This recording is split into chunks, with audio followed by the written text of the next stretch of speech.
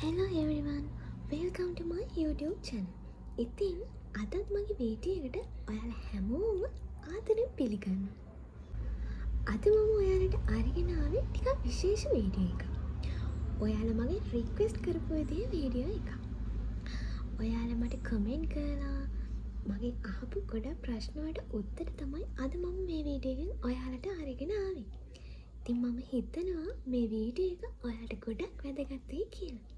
ඉතින් වීඩියෝ එකත් එක්ක එකතලා ඉන්න. මම රෝෂිනී ජයලත්. මම මේ වෙද්දී රජරට විශ්වවිද්‍යාලයේ 3 වෙනි අවුරුද්දේ තාක්ෂණ පීඨයේ ඉගෙන ගන්නවා. මම ෆලෝ කරන්නේ බයෝසිස්ටම් ටෙක්නොලොජි ඩිග්‍රී එක. රජරට යුනිවර්සිටි එකේ මේ වෙද්දී ෆැකල්ටි 6ක් තියෙනවා. Management Studies faculty එක, Applied Sciences faculty එක, Social Sciences and Humanities faculty එක සහ Technology faculty එක. මේ faculty හතරම තියෙන්නේ මිහින්තලේ. ඒ වගේම රජරට යුනිවර්සිටි එකට අයත් වෙනවා Agriculture faculty එක සහ Medicine and Allied Sciences faculty එක. Agriculture faculty එක පිහිටලා තියෙන්නේ පුලියන් කුලමේ. ඒ වගේම Medicine and Allied Sciences faculty එක පිහිටලා තියෙන සාලියපුර. ඉතින් මම ඉගෙන ගන්න ටෙක්නොලොජි faculty එකේනේ. රජරට යුනිවර්සිටි එකේ අනිත් faculty පහට වඩා දෙයක් දන්නවා නම් මම දන්නේ ටෙක්නොලොජි faculty එක ගැන තමයි. ඒත් එක්කම රජරට යුනිවර්සිටි එක ගැන පොදු දේවලුත් මම ඔයාලට කියන්නම්. ඒ ලෙවල් වල ටෙක්නොලොජි ස්ට්‍රීම් එක යටතේ ඉගෙන ටෙක්නොලොජි කරන්න රජරට යුනිවර්සිටි එකට එන නංගිලා මල්ලිලාට මේ වීඩියෝ ගොඩක් වැදගත් වෙයි කියලා මම හිතනවා. මම කැමති ඔයාලට මුලින්ම කියන්න අපේ ෆැකල්ටි එකේ ඩිග්‍රී ප්‍රෝග්‍රෑම්ස් ගැන. ටෙක්නොලොජි ෆැකල්ටි එකේ මේ වෙද්දී ඩිග්‍රී ප්‍රෝග්‍රෑම්ස් 5ක් තියෙනවා.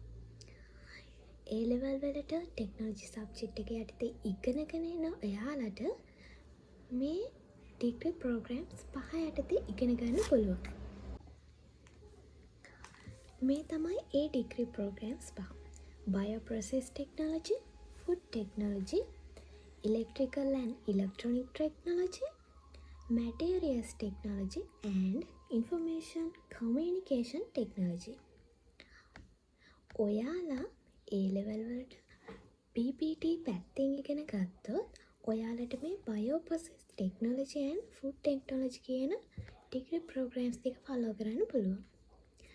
ඔයාලා ඒ ලෙවල් වලට ඉංජිනීරින් ටෙක්නොලොජි පැත්තෙන් ඉගෙන ගත්තා නම් ඔයාලට මේ Electrical and Electronic Technology කියන ඩිග්‍රී ප්‍රෝග්‍රෑම් එකයි Materials Technology කියන ඩිග්‍රී ප්‍රෝග්‍රෑම් එකයි තෝරගන්න පුළුවන්. ඔයාලා ඒ ලෙවල් වලට IT පැත්තෙන් ඉගෙන ගත්තා නම් ඒ කියන්නේ ඔයාලා ඒ ලෙවල් වලට ටෙක්නොලොජිත් එක්ක IT ඉගෙන ගත්තා නම් ඔයාලට මේ Information Communication Technology කියන ඩිග්‍රී ප්‍රෝග්‍රෑම් එකට ඇප්ලයි කරන්න පුළුවන්. ඔයාලට මේ ගැන තවත් විස්තර දැනගන්න පුළුවන් රජරට යුනිවර්සිටි එකේ වෙබ්සයිට් එකේ සර්ච් කරලා බලන්න. ඩක් මගෙන් අහලා තියෙන තව ප්‍රශ්නයක් තමයි හොස්ටල් ෆැසිලිටීස් ගැන. හිතේ ඔයාලා මගෙන් අහලා තිබ්බා අවුරුදු 4ම හොස්ටල් හම්බ වෙනවද? තව අහලා තිබ්බා හැමෝටම හොස්ටල් හම්බ වෙනවද? මේ වගේ ප්‍රශ්න. හොස්ටල් ෆැසිලිටීස් ගැන කියනවා නම් ටෙක්නොලොජි අයට අවුරුදු 4ම හොස්ටල් පහසුකම් හම්බ වෙනවා. එතකොට හැමෝටම හොස්ටල් හම්බ වෙනවද කියන ප්‍රශ්නෙට මට දෙන්න පුළුවන් උත්තරේ තමයි අවමතර කිලෝමීටර් 40ට වඩා වැඩි නම් ඒ හැමෝටම හොස්ටල් ෆැසිලිටීස් හම්බ වෙනවා. රජරට යුනිවර්සිටි එකේ මේ වෙද්දී හොස්ටල් 20කට වඩා තියෙනවා girls and boys separately. Hostel වල බේසික් ෆැසිලිටීස් තියෙනවා. ඒ කියන්නේ බෙඩ් එකක්, tables, chairs, fans, plug points මේ වගේ දේවල් හැම රූම් එකකම තියෙනවා. ගොඩක් හොස්ටල්ස් වල රූම් එක 5 දෙනෙක් ගානේ තමයි ඉන්නේ. තව සමහර හොස්ටල් තියෙනවා 10 දෙනෙක් ඉන්නේ ඒවා. 5 දෙනෙක් ඉන්න රූම්ස් වල ඩබල් ඇඳම් 2යි තනි ඇඳකුයි තමයි තියෙන්නේ. 10 දෙනෙක් ඉන්න හොස්ටල්ස් රූම්ස් වල ඩබල් ඇඳම් 5ක් තියෙනවා. හොස්ටල් එක කියන්නේ ඉතින් අලුත් යාළුකම් හදාගන්න පුළුවන් හොඳ තැන. මොකද කැම්පස් එකට එක එක පළාත් වලින් එන්නේ. එතකොට ඒන යාළුවෝ අඳුනගන්න හොඳ අවස්ථාවක් තමයි හොස්ටල් එකේ ඉන්නවා කියලා කියන්නේ. තව තියෙනවා කොමන් ස්ටඩි ඒරියා එක. ඒක හැම හොස්ටල් එකකම තියෙනවා. එතකොට පාඩම් වැඩවලට ඔයාලට ඒවත් යූස් කරන්න පුළුවන්. වොෂ්රූම් ෆැසිලිටීස් ගැන කියනවා නම් හැම ෆ්ලෝ එකකම වොෂ්රූම්ස් තියෙනවා.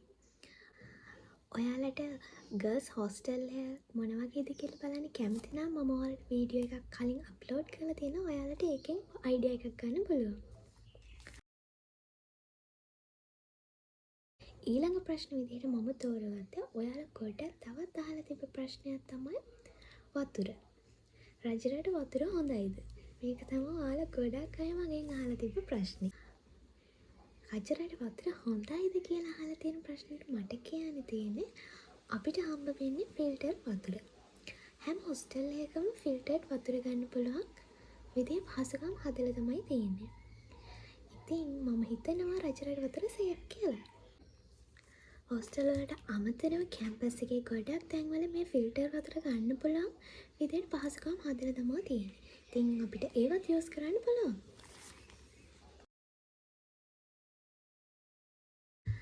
ඔයාලා මගේ තවත් අහලා තියෙන ප්‍රශ්නයක් තමයි නිව් ටෙක්නොලොජි ෆැකල්ටි බිල්ඩින් එක.